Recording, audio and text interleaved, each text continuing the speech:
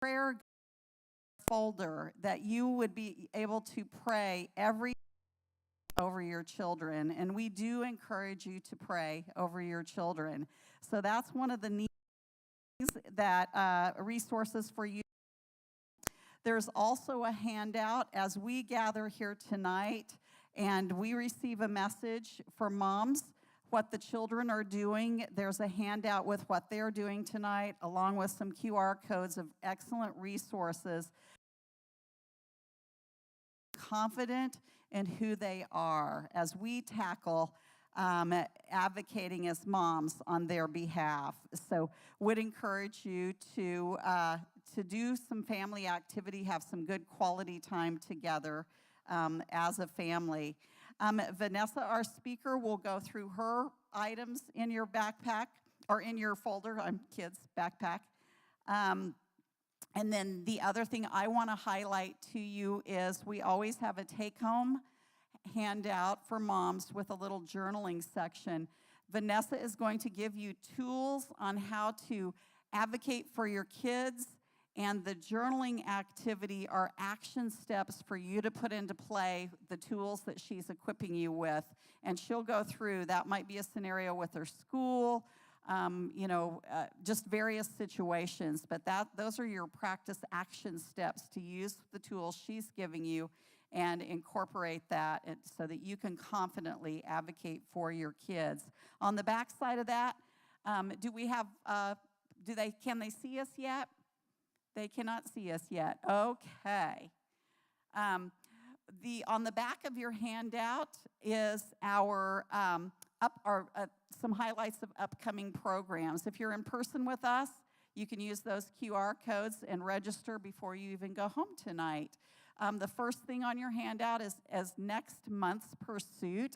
I'm super excited about it. Our topic will be rest and recreation. It's on self-care, the importance of, as a single mom, rest and recreation. And this is going to be a panel of 3 moms, and one of them is Laura Council. The people at Life Mission know Laura. And then Jenny Houston. And hey, I just got our third one right now, Vanessa Hickman, our speaker tonight. Yeah.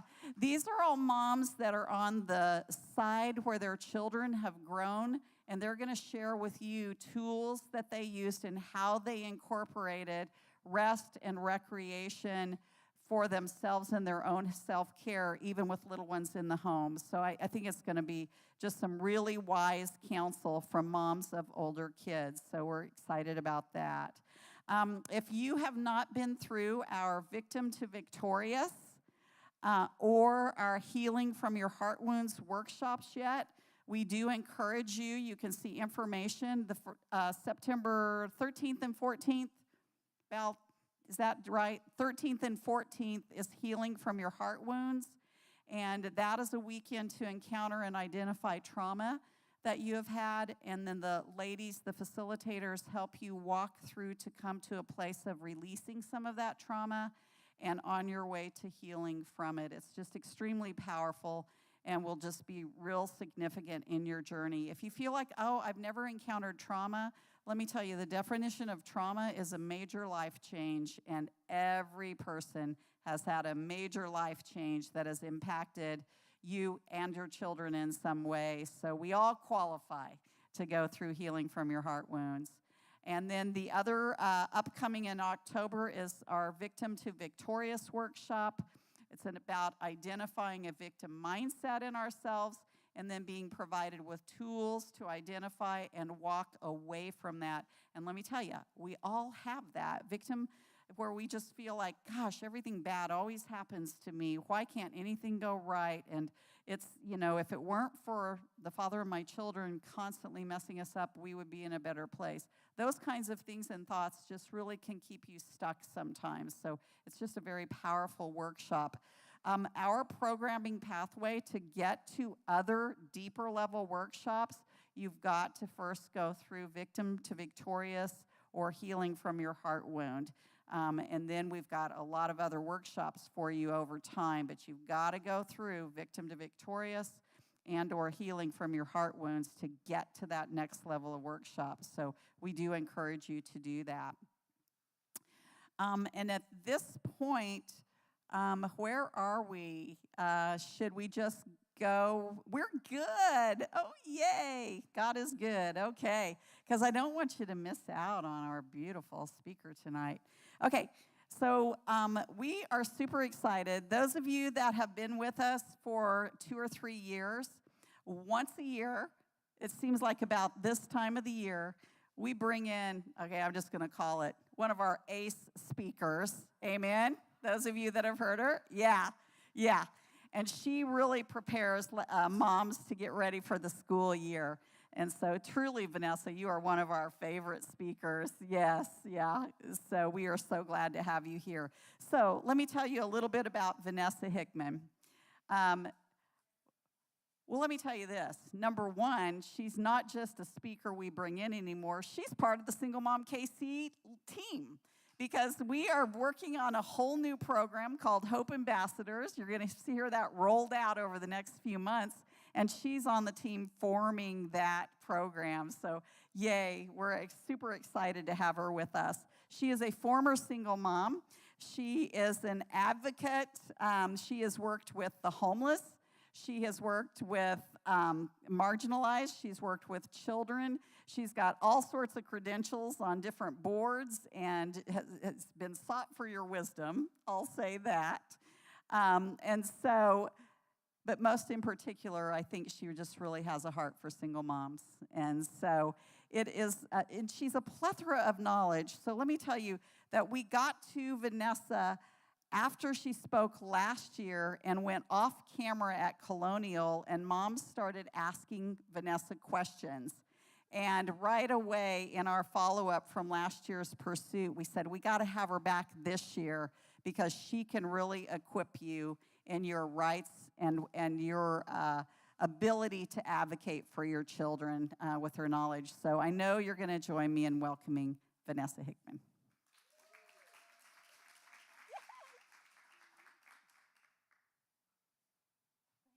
All right, you know what? And this is my favorite place to speak too. So, back at you. So, I am so happy to be here. I am so blessed to be here. Let me tell you. I'm talking about advocacy, and I had to advocate for myself. I have a torn meniscus in my knee. And yes, and I've had it for a whole year, and they just told me it's because I wear heels. And I'm like, it's a little something else going on. I don't think it's just that. So I had to spend a whole year fighting for my life and my knee. And it wasn't until 3 weeks ago, and they were like, oh, you really do have a torn meniscus. We can't give you an MRI. Let's see. So, yes, I have decided not to have surgery until next year. But, yeah, that's what I've been going through. So I'm like, this is fitting. Okay, Lord, this is where you got me, but I'm here and I'm ready. And it is very, very important that we advocate for our children because we are their God right now. We're the ones who can fight for them. We're the ones who stand up for them. We're with them all the time. And they might act like they don't need us, but they need us. And we have to know how to go about that. And we have to be strong about it. And we have to be prayed up about it. Before I start, I'm going to give you my prayer when my babies were little. So I have a 30-year-old, 25, and 22. They are gone to college or just gone out the house, and I'm so excited. So I don't think I'm a former single mom. I'm a single mom because I'm not married, and they're still my kids. So I'm still a single mom. But the verse I want to start off with is what I would pray when my students were going through. And it's Psalms 82, 3-4. Defend the weak and the fatherless. Uphold the case of the poor and the oppressed. Rescue the weak and the needy. Deliver them from the hand of the wicked. So I was the weak. My children were the fatherless. We were poor sometimes and oppressed. and we needed God to rescue us. And so I would pray this prayer, and I would put my name in here and my children's name, and I would say, Lord, this is your promise to me as a mother. This is your promises. This is the things that you are going to do for me. So I would hold on to that prayer when anything would go wrong. This is the prayer I would pray. So even though I have those 3 big children, about 5 years now, 5 years ago, God put another little person in my life, him and his mom. So you might hear a lot of me talking a lot about Ethan because I'm going through with Mr. Ethan. But he has just blessed me, and not to be his mother full time, but to be his advocate and his mom, and to cover his mom too. So we work hand in hand. There are some things that she goes through, and she doesn't have a village. So my family agreed to be Ethan and his mom's village, and we do love it because we have them today. We had them today. Okay, so I don't know if you have this in your folders. So it is Guiding Through Advocating for Your Child. They do not, did I not give it to you? Oh, okay, you guys have to write. I thought I gave it to you. Shame on me. Okay, so the first thing I always talk about is preparation. It's very, very important. And so it's identify the needs, determining specific areas where your child requires support and intervention. So this is you knowing your child. This is you knowing what they need. And this is sitting down. So this is like, okay, my child has come to me because somebody's bullying them. Or my child is needing special services at school and I'm not getting them. Or my doctor, my child has this pain or this cough and it's not going away. Those are the things you need to identify. When you identify those things, now we can get started.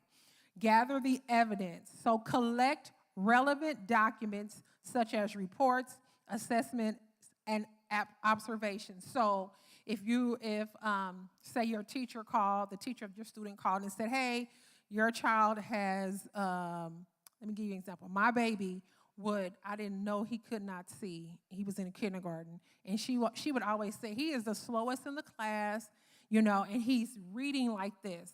And it didn't click to me. It didn't occur to me that he needed glasses because I just now started wearing glasses. So I just didn't know someone that age couldn't need glasses. Don't ask. I just didn't know.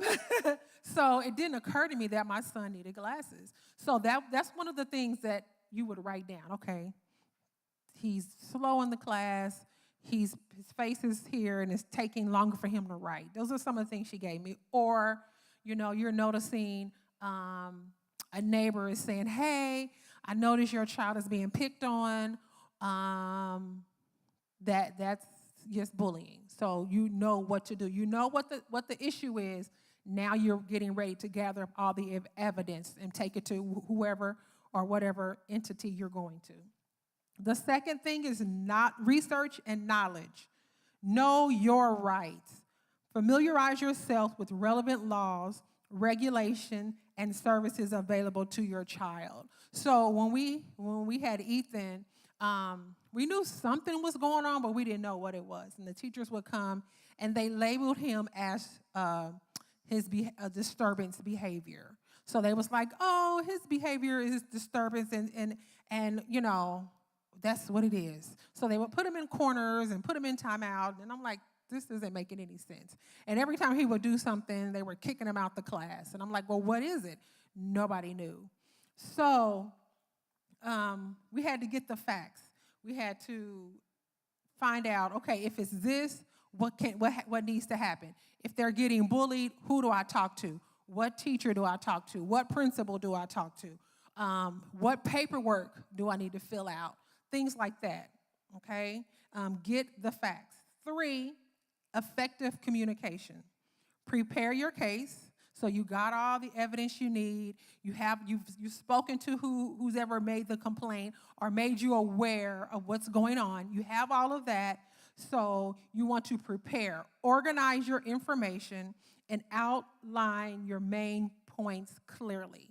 It's okay to have what you're going to say written down. It's okay to have I know we want to go in. I'm about to go and I'm about to tell this person, my child said he didn't do it. No. Have everything you're going to talk to them about in bullet points or have it written down. However you take notes, whatever's comfortable for you, just make sure you write it down, because when our adrenaline is going, we forget. Things happen, and then when they're talking, we're not active listening. We're waiting so we can jump in and say what we got to say. So write down all your thoughts and all your ideas and everything that you want to say. Make sure you prepare what you want to say. Engage stakeholders. Communicate with teachers, healthcare providers, or other professionals, and articulate your child's needs and your experience. So you need to let whatever situation is going on, whether they're being bullied, or whether it's a doctor, or whether it's the principal, or whether it's a neighbor, whatever you're fighting your child for, you need to go and gather so you can go and speak to them. I don't want to say it's a warning, but it is. Warning number one, I've spoken to you. I've said, you might not have all the rest. You've made your phone call, and you said, hey, I kind of don't understand what's going on. If we can meet up sometime and we can talk about what's going on with Johnny or Sue, okay? Have the evidence. If it's, so with Ethan, we just now found out, he has ADHD. So they were calling it autism. Everybody and their grandma had a whole different diagnosis for this baby. But it wasn't until we went to the doctor and we have our professional diagnosis. So now when we go to the school, we're protected by that diagnosis. We were protected now. They can't keep putting him in the corner. They can't keep keeping things from him. They can't keep, calling us and telling us to come get him. We know what the issue is now. Now everybody has to be on board. So those type of things. If they're bullying, you talk to the parents, you talk to the teacher. Now it was time to go to the principal, but you have the teacher saying, yes, I've seen your student get bullied, or I've seen some people push him around, and I just told them to stop. You have that evidence. That's what you have. 4 is you collaborate. So you seek allies. Find others who understand your child's needs and can offer support in addition. All right. When I say that part, I do not mean if you have a teacher and you don't like her, you don't find other parents that don't like her. That's not what that means. That's not what that means. What it means is you found some other parents that maybe has the same problems that your child is going through, have been through that, and they can talk to you and give you advice. We are not going to get 20 people who are mad and take them up to the school and just go off. That's not what we're doing, okay? We are collaborating with other people who have been through or are going through, and we're just trying to help. They're going to help us develop a plan. They're going to help us get what we need to get. So when we do finally talk to whoever we're talking to, then we have all the things that we need. We have all the situations that we've experienced, and we have people who have common knowledge and can help us through it, okay? Now, the action plan, when we get ready to make our appointment to go see whoever we need to see, a doctor, your teacher, another parent, whatever the issue is, we're going to set goals, okay? Define specific, achievable goals. So when you're in front of this teacher and this principal, you're going to set goals that you can accomplish through your work, through you advocating for your children. So for us, is once we had that plan, now he has severe ADHD. So what do I do now? Okay, so the law says he's required to have someone with him through class.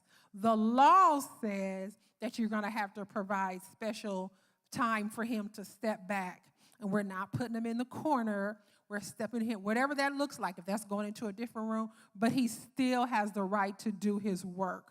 They were keeping his work from him, so he wasn't learning. They were just pushing him off, and I wasn't having that. That's not working. So what does that look like? Let them tell you. That looks like him being in a space until he calms down, and then we introduce work to him at a different level or a different time.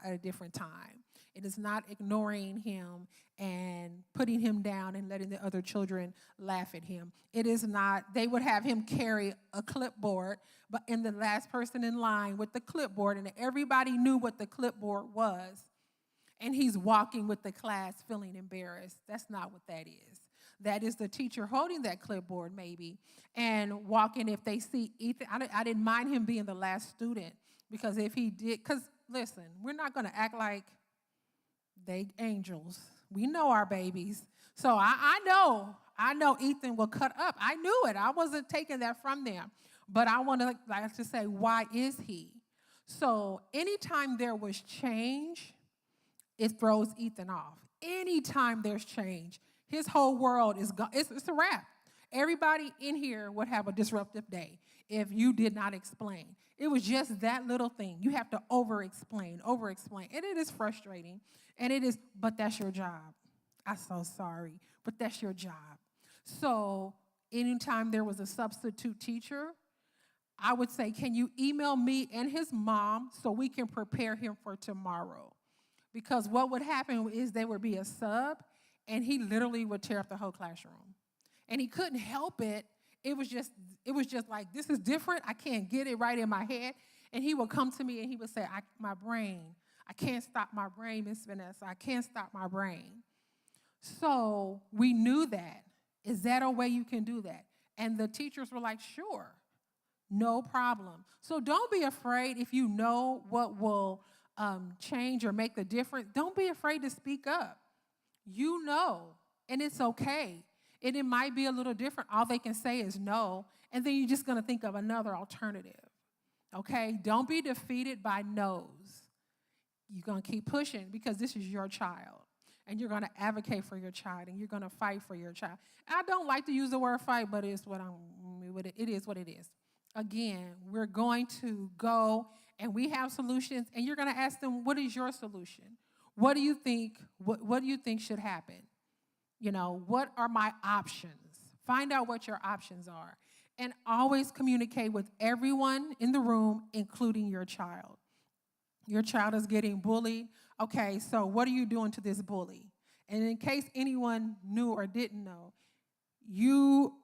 when your child is bullied, once you make that report, there are all kinds of things that school's supposed to do. There is paperwork they're supposed to fill out. They are supposed to get free therapy, and even the bully is supposed to have therapy. It is, because why is he bullying? Why is she bullying? What is going on? That ain't your issue to find out unless your child is the bully, but then you find that out, but they are supposed to receive therapy for that. So don't think because your child is being bullied, just the teacher saying, don't do that is enough, because that's not enough. They tell you that because they don't want to fill out the proper paperwork because it takes time. It takes time. And I was trying to look for, I went to a seminar, and there was this gentleman from Missouri, and he has a link. So when I find that link, I'm going to send it. And that link literally gives you Missouri certified paperwork that they're supposed to fill out. And if they don't, you just fill it out. And once you submit it, they handle it. It's supposed to be handled. There are things that are supposed to happen. They're not just supposed to, I switch classes. It's way deeper than that now. Because as we know with mental health, there's things that can trigger. There's things that go on. What we tend to do is the kid that gets bullied is the one that gets punished, is the one that gets pulled back. I'm in youth court. I am on the board of youth court. And now if you're being bullied and you fight back, they arrest you and you're charged with aggravated assault. And I'm sitting here like, but they're protecting themselves. They want you to stand there and not do anything. And no, that's not okay. So trying to work on changing it, trying my best. But we have to advocate for our children. It's so important in that. So, it's like, I always say it's like, I feel like I was making I don't know what it's called. When you want to buy something and you trying to get the lower price, haggling or whatever, that's what I felt like I was doing. Okay, we can give them 3 hours in this room. Nope, can you give them an hour and a half? Nope, can you give them 2? Okay, we're going to go with 2. It was just things like that. So you were just You got to get ready and get prepared and know your business, know it. The sixth thing, this is very important. Document, document, document, document, document. I can't say it enough. In court, if it isn't written down, it didn't happen. Same thing for school. You write down every promise, everything that was said, every insult, everything. Write it down. I don't care if you don't even think it's important, write it down. Personally, I would take my phone and record it, and that's not let them know, but whatever. Do that. But make sure you have record of everything they said, every promise they kept. Because sometimes they would say it and come back and act like you forgot, and then, like, what do you mean? That's not what we said, So write it, and then you can say, and I would say, oh, yeah, on this date, this is what you said, and this is what happened, and then they have to do it. So document everything. I do not care if it was just a quick little phone call, send an email back and say, per our conversation, this is what we agreed on. Or thank you for your phone call today. I appreciate you telling me that you will now do this and this and this and this. Thank you. Document everything, okay? Even if you don't want to, I don't care. Keep a pen in your purse, document. And monitor the outcomes. So we met with the teacher or the principal. We met with the specialist. And they come up with a plan. They come up with what they're going to do. And you say, okay, how long are we going to watch this? So if it's 6 months, let's make another appointment in 6 months. Or that's too far out for me. Let's make another appointment in 3 months. And let's see what happens, if there's any changes. And if anything happens between that time of the time that we said we were going to meet, can we meet again? Always suggest a follow-up. Always, always, always check on a follow-up. And if that is not working, it's okay to say, you know what, this isn't working. Let's come up with another solution. Let's see if we do this, how this works. Let's see if we do this, if this works. It's so funny. This year, Ethan had the best year ever. And he had the best year ever because he had one friend. And I said, you just had one? He said, yeah, I never had a friend before. No one ever liked me because I'm different, And he is, but it's okay. He do some things, But I never realized that. You don't realize that. You don't know. So even ask your child, what things that you do at school could be different that would make your day better? As long as it's not outrageous, as long as it's not, Ethan has a hat, a mask that he wants to wear. He can't wear, no, not a mask, a top hat. He wants to wear a top hat and a cane every day.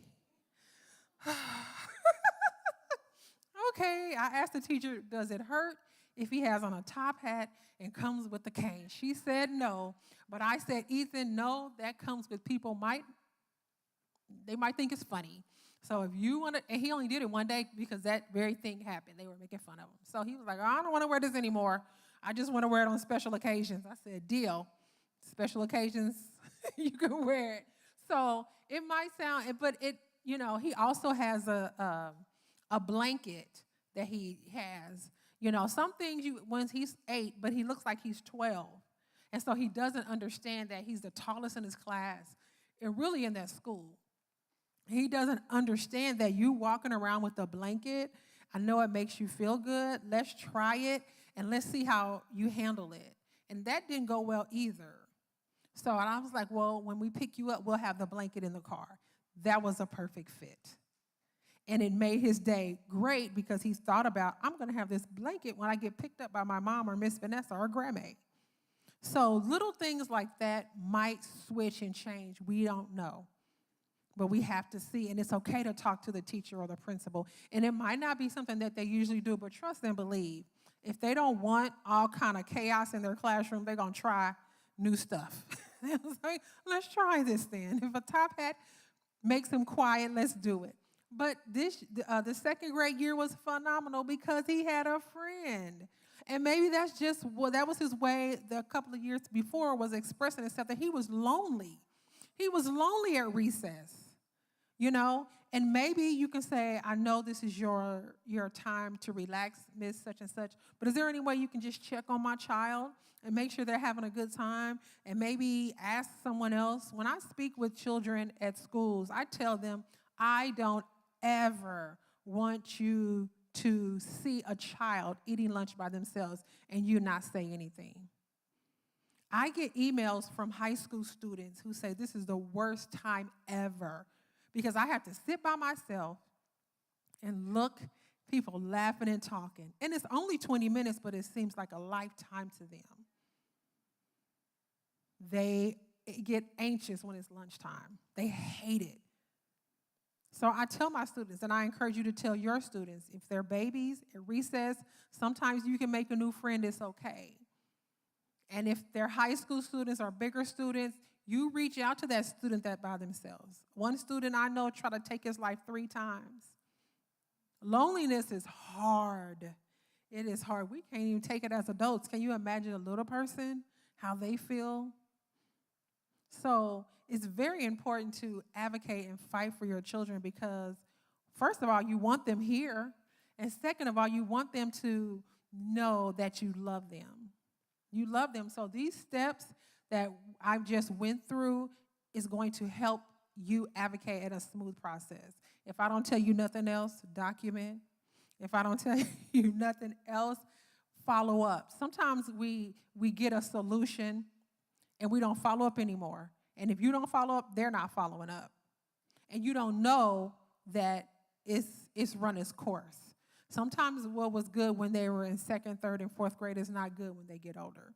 And sometimes when they're in high school, it's just not good when, what you were doing in young. And listen, just because they're in high school doesn't mean you don't sit and talk to them, okay? Sit and talk, how was your day? You doing okay? School's okay? Studying, okay. You have a teacher that you're just hard to work with. What can we do to help you get an understanding of what's going on and help them help you? Okay, you fight for these older kids too. When you have high school students, you fight for them too, okay, because they need you. And last but not least, self-care and reflection. So sit down to me, I would have to sit down every time we would have to go through with these teachers and these professionals and just reflect with myself because that's hard. Your adrenaline is flowing. You got your paperwork going. You got your notes. Sit down somewhere when you get through. When you're at home, tell your babies you need about 5 minutes and just get about 5 minutes and just take a deep breath. Recognize what you've been through. Tell yourself you did a phenomenal job because you did do a phenomenal job. That's hard work, especially when you have to work, literally have to work 8 and 10 out, 12 hours, and then you have to turn around and go and fight for these children. So reflect on what just happened. Tell yourself you did a phenomenal job. Take a self-care second, and then get ready for your next day. So in your folder for real, in real life, are advocacy red flags.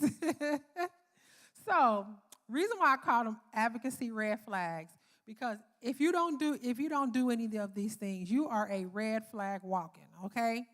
And they don't take you're not getting taken seriously, and you're just like another disgruntled mother coming in and telling people what they think and what they do and they don't listen to you, okay? So the first one is unchecked emotions. Check your emotions at the door. We're not going to go in screaming and hollering and cussing people out. We're not going to do that anyway because we saved. Amen. But unchecked emotions, calm yourself down. For me, when I meet someone because of my history, if you're yelling at me, I do not hear or see you. I might be looking at you, but I don't hear or see you because that's my way of protecting myself. And the same way goes for the people that you're speaking with. If you're in there yelling and screaming and cussing people out, they don't take you seriously and they don't really care. They just want to get you out their office, okay? So just calm your emotion down so you can go at home and yell and scream at the top of your lungs. But when you're going and getting ready to meet with someone, don't do that. judgments. So don't go in also and think, "Oh, this is another principal. I know he's going to say this. Or this is another doctor. I know they're going to say this. And so I already know. You don't know. First of all, you don't know what that person has been through. Always remember, consider like what this person has gone through before you go in there. You're probably one of several parents that they have to deal with. And just like you're tired, they're tired too. And so a soft voice, a calm, that doesn't mean you don't have your notes. That doesn't mean you're not serious. It doesn't mean any of that. But it just means you don't want to go in prejudging because it does affect the way you handle business, okay? Not doing your research. So, like I said earlier, do your research. If you go in and you don't know what the issue is, you just listen to your baby because Susie said that such and such was messing with her, and she'd been messing with her for 2 weeks, but then Susie didn't tell you that in the back of the room she pulling her hair. You know what I'm saying? So have your research. And it's okay to report if somebody's messing with your child, even if they are doing something. It's still okay to make that report, but do your research. Don't go in there because they can make you look silly, and we don't want that. So do your research. Know why this is going on. Know what happened. Know the whole story. You might not have the whole story, but also always go humbled, but take your research. I have 3 reports of my child coming to me and telling me that somebody was hitting them. This is the person's name. This is the teacher. I made the report to the teacher. I sent her an email, and this is what she told me, and nothing was done. Do your research.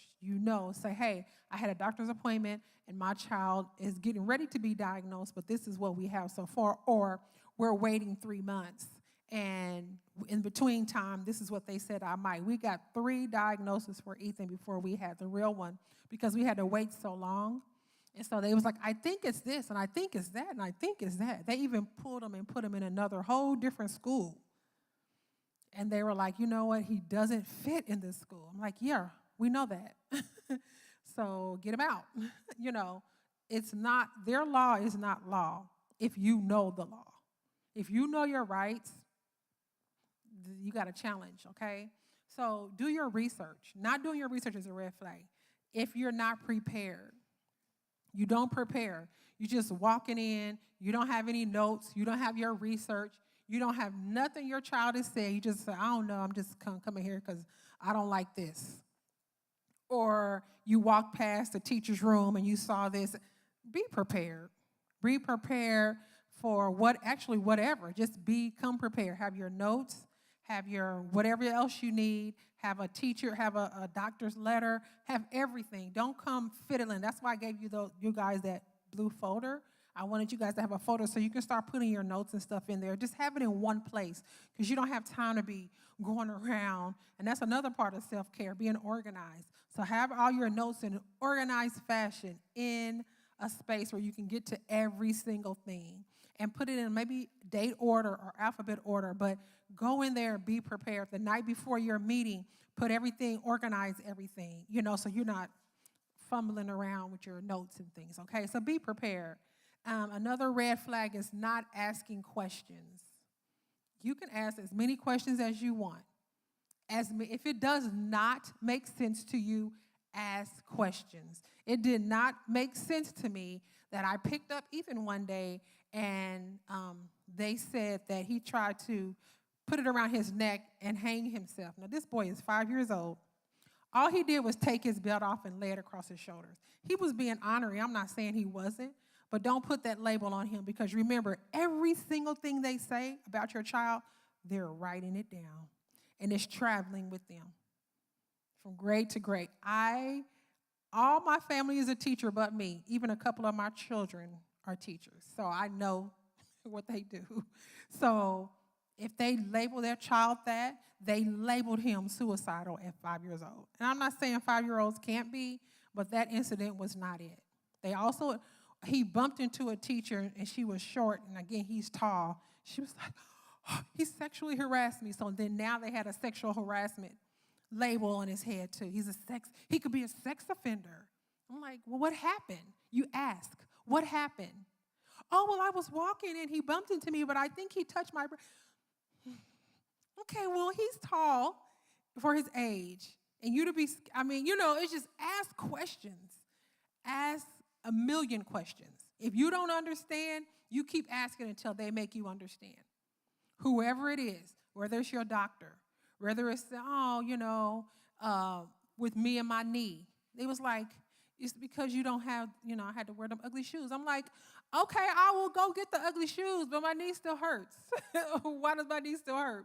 I've been through physical therapy like you told me to, but my knee still hurts. Why does my knee still hurt? I don't know. So what I did, I went into the emergency room and I sat there. And I was really sweet and I said, you know what? I'm not going to move until somebody sees me. And just so happened, because God is phenomenal like that, a surgeon came by. And she was like, well, the orthopedics emergency is only for those who have broken arms or broken legs, and your arm or leg doesn't look broken. I said, I know. It's my knee. I'm in pain. And she looked at my knee. She said, oh, your knee is swollen. I tell you what, I'm not going to charge you because I don't want you to get charged for this as an emergency visit because it's a lot. But let me make an appointment for you. They made an appointment for me, and that doctor sent me to get an MRI. And that was only 3 weeks ago.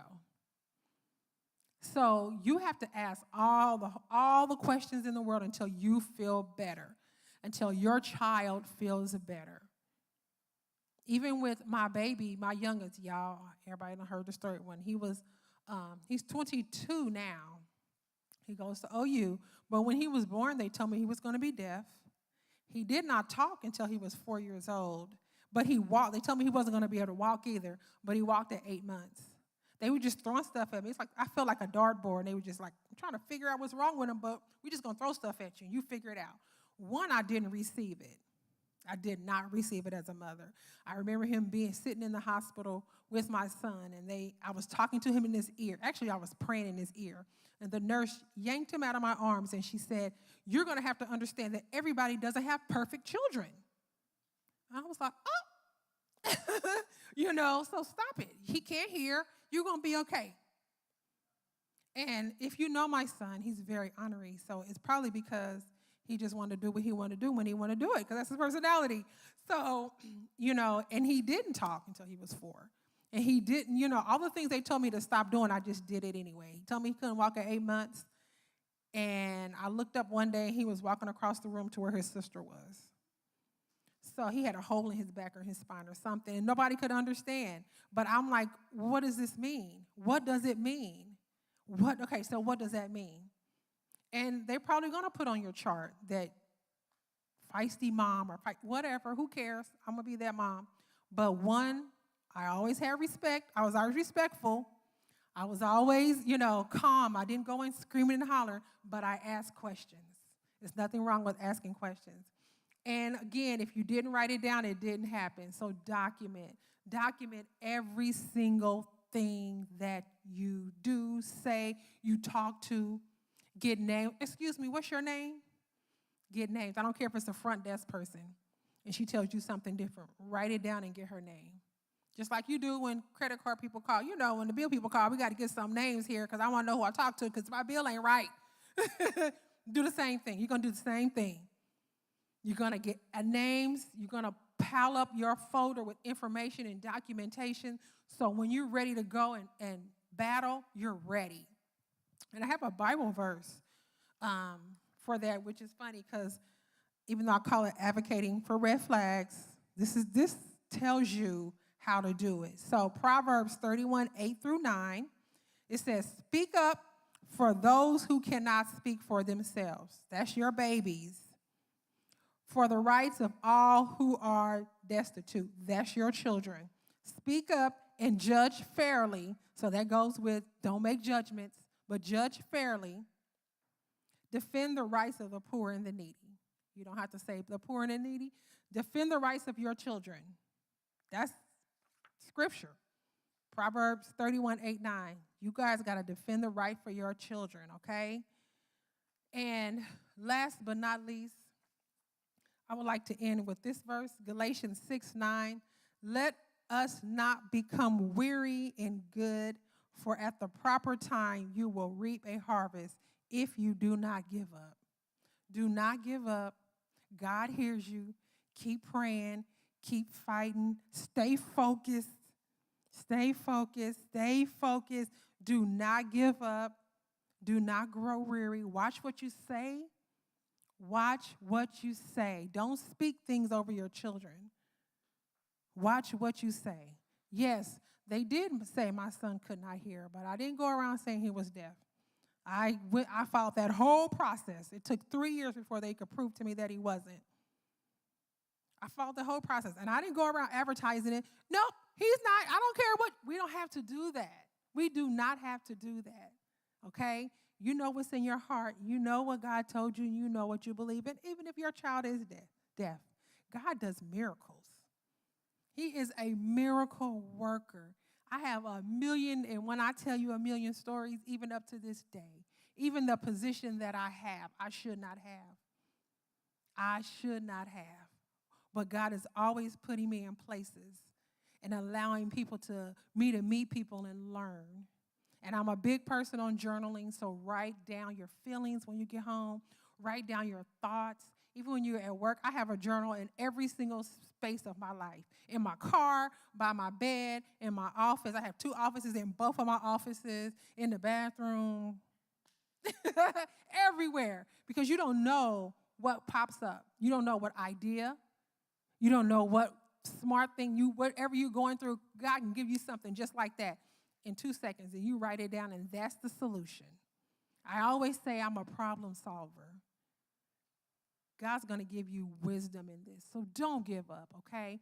I have 988 items over here at my table, so if you don't know what 988 is, it is a number you can call when you're having a mental health crisis. It doesn't always have to be a suicidal. If you're feeling anxiety or depressed and you need someone to talk to, 988, okay? It's like 911, but it's for mental health, and they'll send a counselor to your home. So even if your children are struggling, you give them a call, they'll come and see you. They'll come right to your home to see you, okay? So 988, use it, know it, love it. You know, I always tell people you can call on Jesus and 988 because they both going to help you. Thank you guys so much. I love you. I love you with all my heart. Thank you. Thank you. Thank you. Vanessa, will you do me a favor? Could you email me the advocacy thing? Do that, and then I will email out everyone here and Colonial Moms. I know I saw you taking good notes here. You probably did over there at Colonial, but I'll email you out Vanessa's resource to help reinforce. So thank you so much, Vanessa. Now we're going to go, if you're watching us on YouTube, we're going to go into small groups. So you'll have to come and join us in person sometime so you can have some time with other single moms. So good night, Colonial. Thank you so much.